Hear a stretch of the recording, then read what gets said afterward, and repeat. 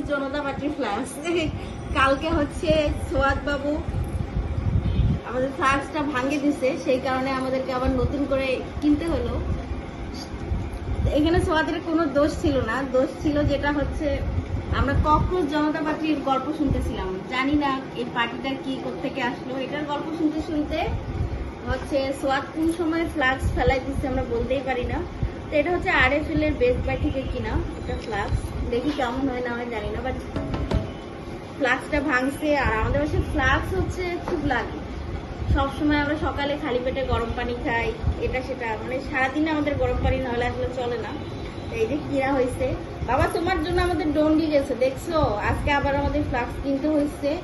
আমরা আর তোমার সামনে কক্রোচ জনতা পার্টির গল্প শুনবো না।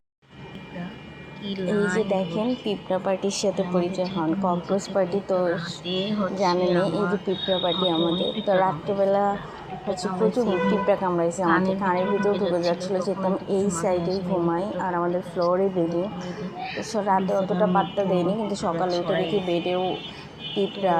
আর যেহেতু বেবি ঘুমায়, আমি চেক করতেছিলাম যে আসলে পিঁপড়া আসতেছে কোত্থেকে, তো পাইলাম যে ওয়ালে পিঁপড়া। তো অনলাইনে চেক করবো যে আসলে পিঁপড়া কীভাবে তাড়ায়, পিঁপড়া তাড়ানোর কোনো উপায় আমার কাছে জানা নাই, দেখা যাক কী হয় অনলাইনে। আর আপনাদের যদি জানেন অবশ্যই কমেন্ট করে জানাবেন। এই আর কি অবস্থা।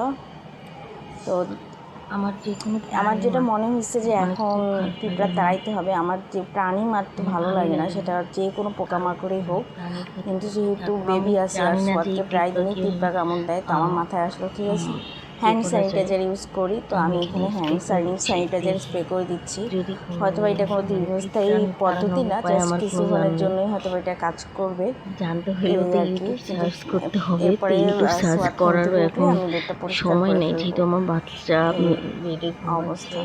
আর পুরো বেড হচ্ছে পিঁপড়ে আসলে গরমকাল আসলে মানে পিঁপড়ার জন্য খুব সাফার করতে হয়, তো পিঁপড়াগুলো আসলে ভিতর থেকে বের হয়ে আসে।